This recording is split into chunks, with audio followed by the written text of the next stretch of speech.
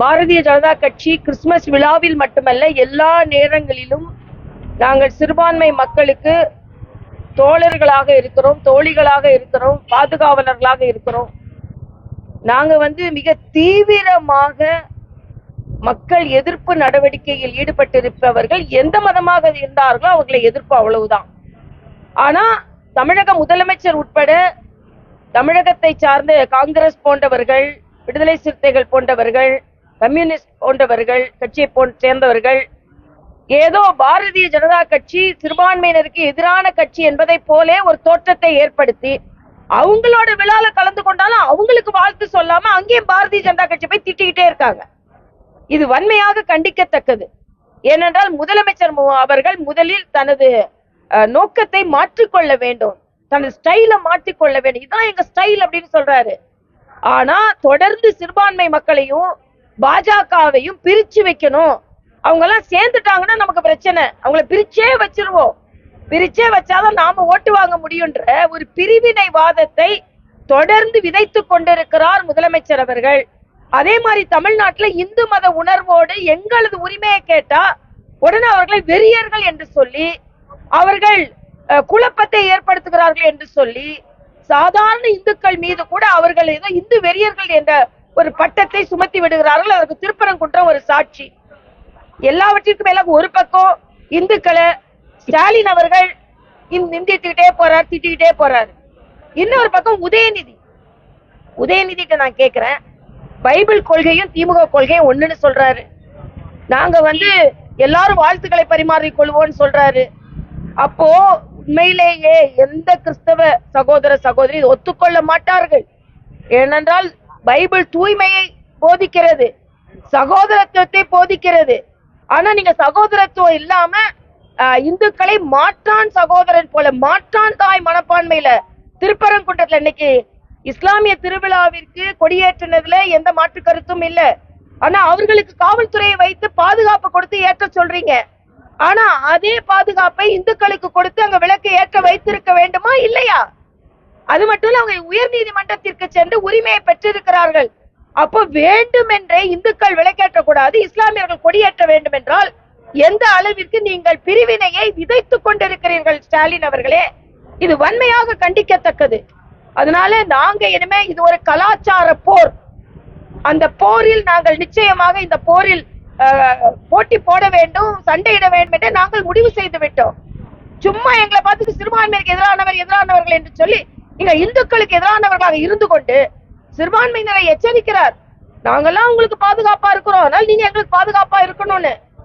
ஏன் சிறுபான்மையினரை அதிகமாக அதிகமாக அதிகமாக இவர் இன்று தாஜா செய்து கொண்டிருக்கிறார் என்றால், இந்துக்கள் ஓட்டு எல்லாம் பாஜகவிற்கு போயிட போகிறது என்றும், சிறுபான்மைகளை நாம ஏமாத்தி ஏமாத்தி ஏமாத்தி ஓட்டு வங்கியா வச்சிருந்தோமே, இன்னைக்கு விஜய் போன்றவர்கள்லாம் வந்துட்டாங்களே, அவங்க வேற இவங்க ஓட்ட பிரிச்சிருவாங்களே, அப்ப நமக்கு எதுவும் இல்லாம போயிடுமே அப்படின்ற கவலையில திருப்பி திருப்பி திருப்பி சிறுபான்மை பாதுகாவலர் பாதுகாவலர் பாதுகாவலர் சொல்லிக் கொண்டிருக்கிறார்கள்.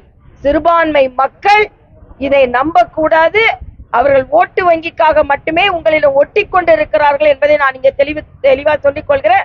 மரியாதைக்குரிய பாரத பிரதமர் 15 பாயிண்ட் மைனாரிட்டி சப்போர்ட்டிங் ப்ரோக்ராம் ஒன்னே வைத்திருக்கிறார். சிறுபான்மை மக்களுக்கு ஸ்காலர்ஷிப் கொடுக்கறதுல இருந்து, சிறுபான்மை மக்களுக்கு இடஒதுக்கீடு கொடுக்கறதுல இருந்து எல்லாமே மரியாதைக்குரிய பாரத பிரதமர் செய்து கொண்டிருக்கிறார்.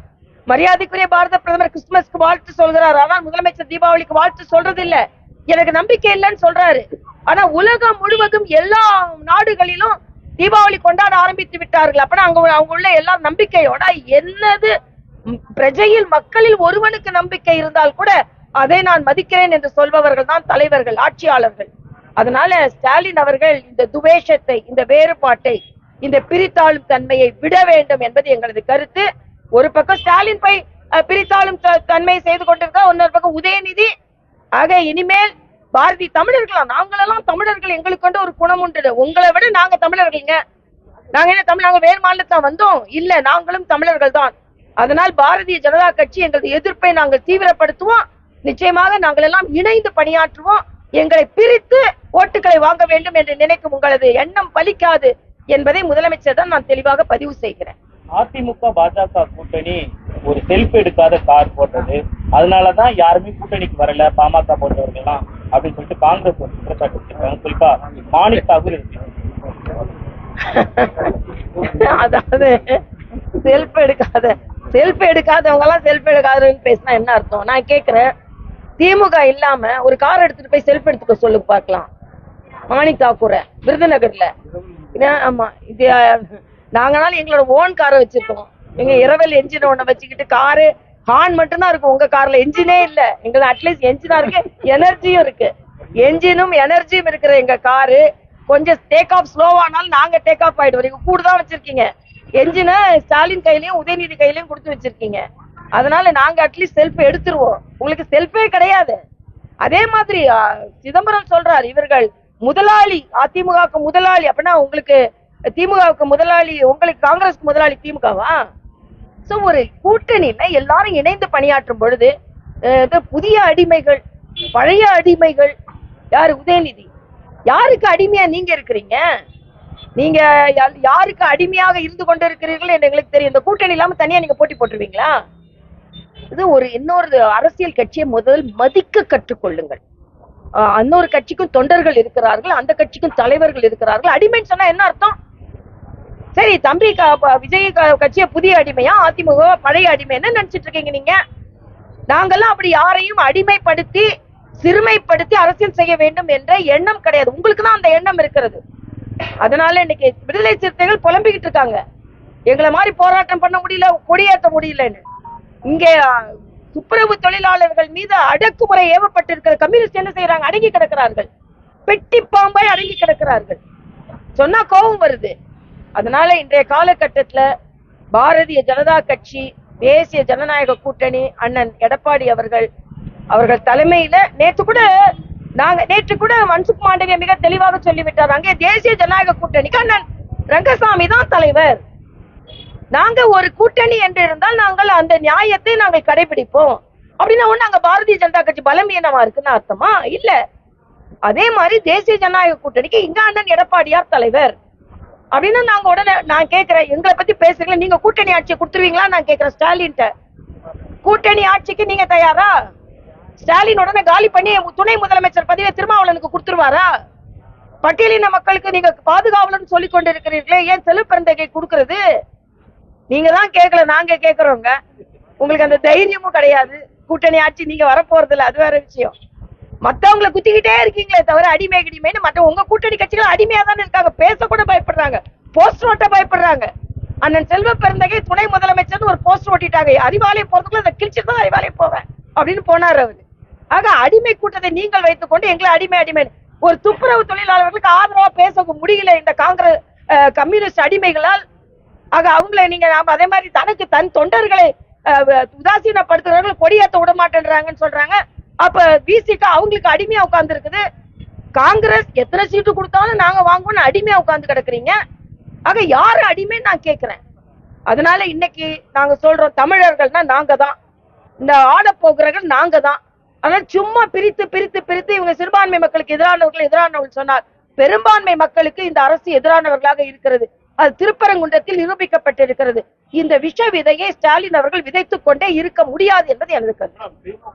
திமுக கூட்டணி ஆட்சிக்கு தயாரான்னு கேக்குறீங்க, ஆனா தற்போது உங்கள் அதிமுக தலைமையில் இருக்கக்கூடிய என்டிஏ கூட்டணியும் தமிழகத்துல கூட்டணி ஆட்சிக்கு தயாரா? அதாவது எடப்பாடி நாங்க தான் தெளிவா சொல்லிட்டோமேங்க, ஏன் எங்களை பத்தி பேசிட்டே இருக்கீங்க? தெளிவா சொன்ன பிறகு உங்களுக்கு என்ன சந்தேகம் நான் கேக்குறேன். அவங்களுக்கு நோக்கி அந்த கேள்வி வைக்கும் போது அந்த கேள்வி இல்ல, எங்களை மத்தவங்களை அடிமைன்னு சொல்றாங்களே, இப்ப அடிமைனாலதான் நீங்க கேக்குறீங்கன்னு சொல்லும் போது ஏன் நீங்க அடிமையா இருந்து ஒருத்தவங்க கூட வாய்ஸ் கேட்க மாட்டாங்களா கூட்டணி ஆட்சிக்கு? நாங்க தான் தெளிவா சொல்லிட்டோமே. இப்ப அப்படி பார்த்தா மரியாதைக்குரிய அமித்ஷா அவர்கள் அண்ணன் எடப்பாடியார் தலைமையில ஆட்சி அமைக்கும் நாங்க சொல்லிட்டாங்க. நாங்க எந்த குழப்பமும் இல்லாம தான் இருக்கோம். கட்சி என்ன சொல்லுதோ அதை நாங்க நடத்துக்கிறோம். ஆனா எங்களை நீங்க குத்திக்கிட்டே இருக்கிறது ஏன்னு கேக்குறேன். நீங்க எல்லாம் சரியா இருக்கீங்களா? நீங்க எல்லாருக்கும் மரியாதை கொடுக்குறீங்களா? அதைத்தான் நான் கேக்குறேன். தொடர்ச்சியா தமிழக வெற்றி கழகத்தை நீங்க தொடர்ச்சியா விமர்சனம் பண்றீங்க, விஜய் விமர்சனம் பண்றீங்க. ஆனா உங்க கூட்டணிக்கு தலைமையா இருக்கக்கூடிய எடப்பாடி பழனிசாமி இன்னைக்கு தாவேகாக்கு அழைப்பு விடுத்திருக்கிறார். எதிர்கட்சி, அதாவது திமுகவுக்கு எதிராக இருக்கக்கூடிய அனைத்து கட்சிகளும் ஒன்றிணைன்னு சொல்லியிருக்காரு. இது எப்படி சாத்தியமா?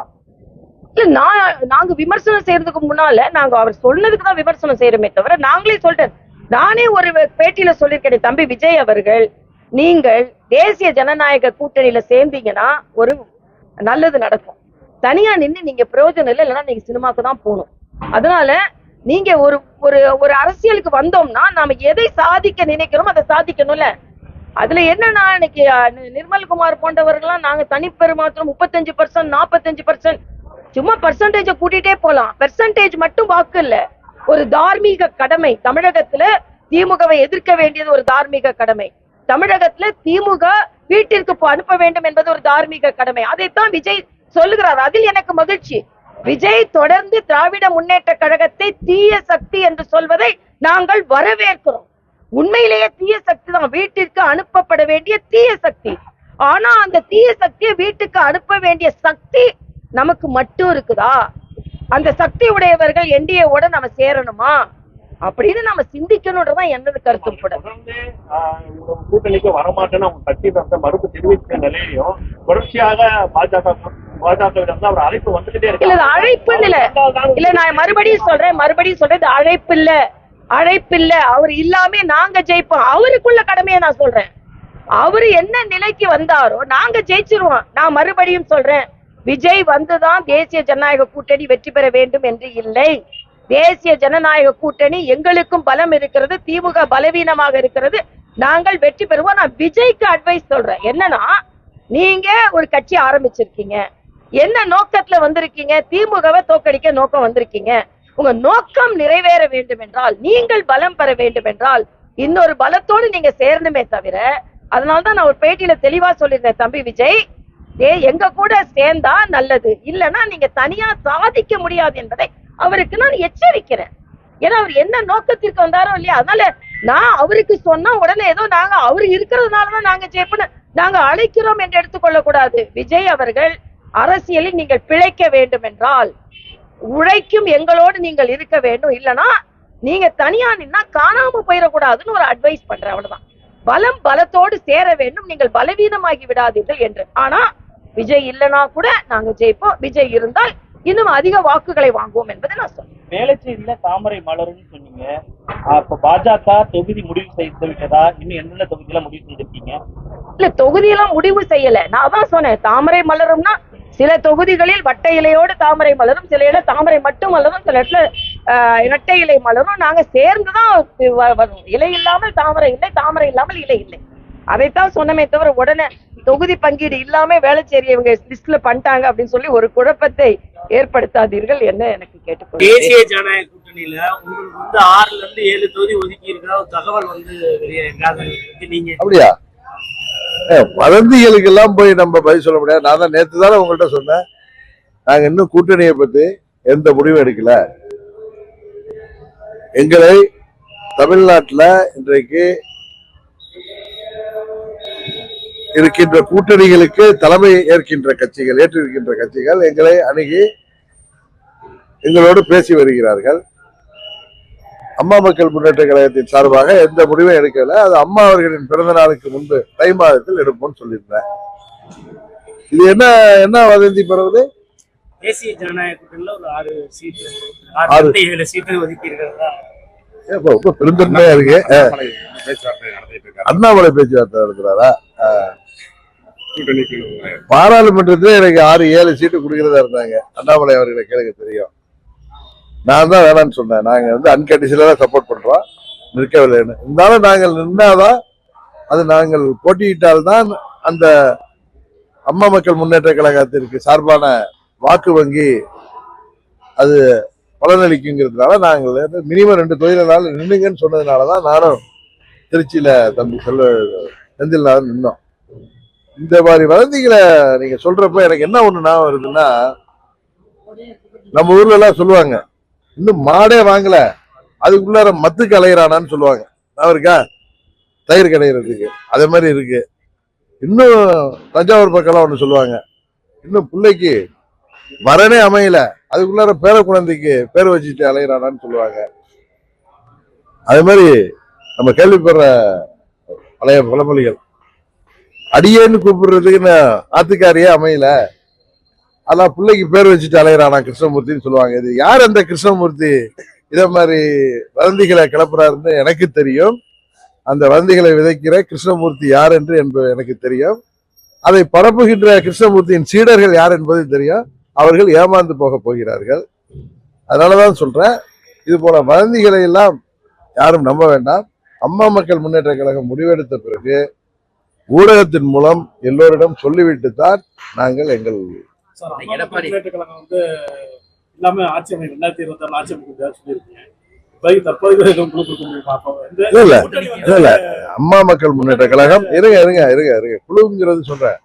எங்களை தவிர்த்து விட்டு எந்த ஒரு கூட்டணியும் ஆட்சி அமைக்க முடியாத அரசியல் சூழ்நிலை தான் இன்றைக்கு தமிழ்நாட்டில் இருக்குங்கிறது உங்களுக்கு தெரியும். அதுக்கு காரணம் எனது எத்தனையோ சோதனைகளையும் தாண்டி என்னோடு பயணிக்கின்ற லட்சம் லட்சம் தொண்டர்களும் அவர்களை வழிநடத்துகின்ற நிர்வாகிகள் தான் காரணம். அதனால இன்றைக்கு அம்மா மக்கள் முன்னேற்ற கழகத்தை தவிர்த்து விட்டு தமிழ்நாடு அரசியல் இல்லை என்பது உங்களுக்கு தெரியும். 21 தேர்தலையும் ஆட்சிக்கு யார் வர வேண்டும் என்பதை தீர்மானிக்கின்ற சக்தியாக இருந்தோம். இந்த தேர்தல்ல நாங்கள் சேர்கிற அணிதான் உறுதியாக ஆட்சி அமைக்கும். அதனால அதான் சொல்றேன், தமிழ்நாட்டுல கூட்டணிக்கு தலைமை தாங்குகின்ற கட்சிகள் இன்னைக்கு என்னென்ன கூட்டணி இருக்கு, எந்தெந்த கூட்டணி உருவாக இருக்கு அப்படிங்கிற கட்சிகளுக்கு தலைமை தாங்குகின்ற கட்சிகள் எங்களை அணுகி பேசி வருகிறார்கள். நாங்கள் உறுதியாக இந்த தேர்தலில் கூட்டணி தான் போட்டியிட போறோம். நாங்கள் எந்த கூட்டணிக்கு செல்வோம் என்பதை உறுதியாக உங்களுக்கு தெரியும். எடப்பாடி திமுக வீழ்த்துவதற்கு யார் வேணாலும் இந்த கூட்டணியில வந்து சேரலாம் அப்படின்னு ஒரு அறிவிப்பு. அது அவங்க ஒவ்வொரு கட்சியும் தேர்தல் நேரத்தில் ஒவ்வொரு அறிவிப்பு கொடுப்பாங்க. தீபாவளி வந்தா ஒவ்வொரு துணி கடையிலையும் சேர்க்க மாட்டோம்னு சொன்னாரு. இப்ப வந்து யார் வேணாலும் வரலாம் அப்படின்னு சொல்லியிருக்காரு. அது ஒரு நம்ம ஊர்ல எல்லாம் தீபாவளிக்கு அது தெரியல அந்த மாற்றம்லாம். தீபாவளி பொங்கல் நேரத்துல துணி கடைகள் எல்லாம் 3 புடவை வாங்கினா ஒரு புடவை இலவசம். அது மாதிரி அந்த வியாபார யுக்திக்காக செய்வாங்க. அது மாதிரி அரசியல்ல வெற்றி பெறணுங்கிற யுக்திக்காக ஒவ்வொரு கட்சியும் ஒன்று சொல்லுவாங்க. ஆனா அம்மா மக்கள் முன்னேற்ற கழகத்தை பற்றி வதந்தியை விதைக்கிற கிருஷ்ணமூர்த்தி யார் என்பது எனக்கு தெரியும். அந்த கிருஷ்ணமூர்த்தியின் சீடர்கள் யார் என்பது தெரியும். அவர்கள் எல்லாம் ஏமாந்து போவது உறுதி.